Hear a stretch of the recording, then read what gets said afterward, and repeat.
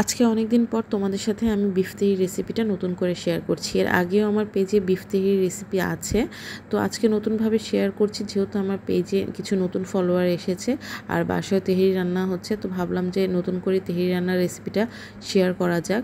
তো চুলাইতে আমি একটা পাতিল বসাই, তাতে তেল আর একটু বেশি পরিমাণে ঘি দিয়ে পেঁয়াজ, কাঁচামরিচ, তেজপাতা, লবঙ্গ, সাদা এলাচ, দারচিনি মানে গোটা গরম মশলা যা আছে তা সামান্য পরিমাণে দিয়ে সুন্দর করে পেঁয়াজটাকে লাল লাল করে ভেজে নিলাম।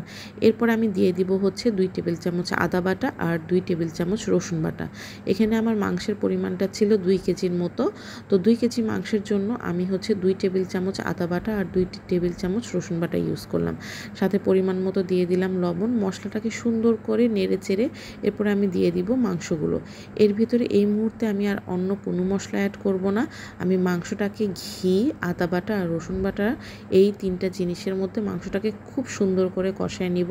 এখানে অন্য কোনো মশলা অ্যাড না করার কারণ হচ্ছে যেন ঘিয়ের ভিতরে যখন মাংসটা ভাজা হবে তখন মাংসের ভিতরে যে সুন্দর স্মেলটা ঢুকবে, এটার জন্য এখানে আমি অন্য কোনো মশলা অ্যাড করলাম না। জাস্ট মাংসটাকে সুন্দর করে এখন একটু পরে পরে কষায় নিব।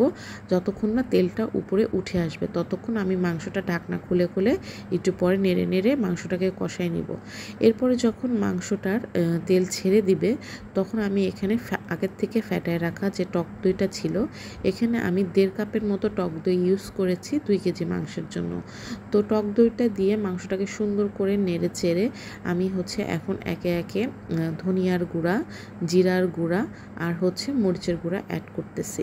এখানে আমি 2 কেজি মাংসের জন্য 1 চা চামচ 1.5 চা চামচ ধনিয়া গুঁড়া, 1.5 চা চামচ জিরার গুঁড়া আর 1.5 চা চামচ মরিচের গুঁড়া ইউজ করলাম। তো মাংসটাকে সুন্দরভাবে এরপরে গুঁড়া মশলা দিয়ে নেড়ে চেড়ে তারপর মোস্ট ইম্পর্টেন্ট যে ইনগ্রেডিয়েন্টটা সেটা কাজু বাদাম বাটা। কাজু বাদাম বাটাটা অবশ্যই দিতে হবে, এটা কিন্তু মাংসের টেস্টটাকে অনেক বেশি রিচ করবে।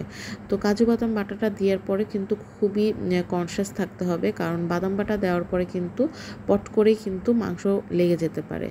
তো এরপরে আমি দিয়ে দিলাম একটু গরম মশলা গুঁড়া, দিয়ে মাংসটাকে সুন্দর করে নেড়ে চেড়ে এখন আমি মাংসে সিদ্ধ হওয়ার জন্য গরম পানি ইউজ করব।